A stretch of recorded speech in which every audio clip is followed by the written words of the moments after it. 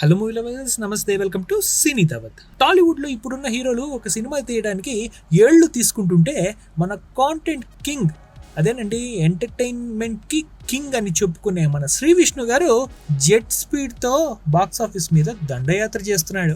మొన్ననే విష్ణు విన్యాసం అంటూ తనదైన యాక్టింగ్ తో మనల్ని మెప్పించిన శ్రీ విష్ణు ఆ సినిమా ఫీవర్ ఇంకా తగ్గక ముందే మరో సాలిడ్ కాంటెంట్ తో రెడీ అయిపోతున్నాడు.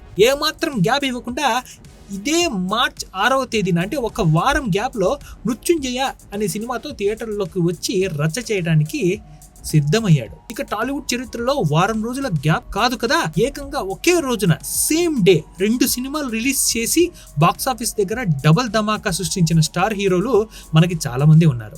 గతంలో ఒకే రోజున 2 సినిమాలతో థియేటర్లోకి వచ్చిన మన హీరోల లిస్ట్ ఇక్కడ చూద్దాం. అంటే ఇప్పుడు శ్రీ విష్ణు గారితో పాటి చాలా రిస్క్ చేసిన సినిమాలు ఏంటో ఇప్పుడు మనం చూద్దాం. Nani, so natural star Nani నటించిన ఎవడే సుబ్రహ్మణ్యం ఇంకా జెండాపై కపిరాజు సినిమాలు 2 కూడా 2015 మార్చ్ 21న అంటే ఉగాది కానుకగా ఒకే రోజున రిలీజ్ అయ్యాయి. నిజంగా రిస్క్ అని చెప్పాలి.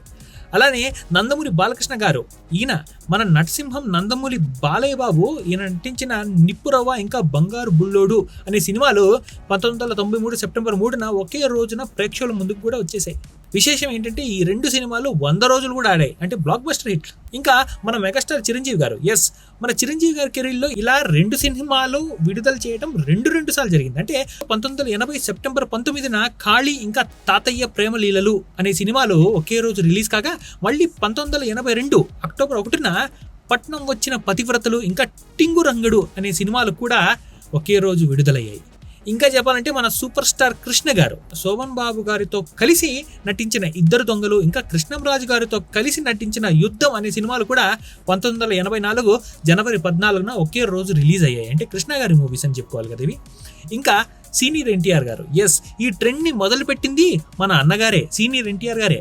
ఆయన నటించిన అప్పు చేసి పప్పుకూడు ఇంకా సంపూర్ణ రామాయణం, ఈ 2 సినిమాలు కూడా 1989 జనవరి 14వ తేదీన ఒకే రోజు రిలీజ్ అవ్వగా, ఆ తర్వాత 1961 మే 5వ తేదీన ఇంద్రజిత్ ఇంకా పెండ్లి పిలుపు అనే సినిమాలు కూడా ఒకే రోజు విడుదలై 100 రోజులు కూడా ఆడాయి. మరి ఇప్పుడున్న పాన్ ఇండియా స్టార్లలో ఎవరివి 2 సినిమాలు ఒకే రోజు వస్తే బాక్సాఫీస్ రికార్డులు బద్దలవుతాయి?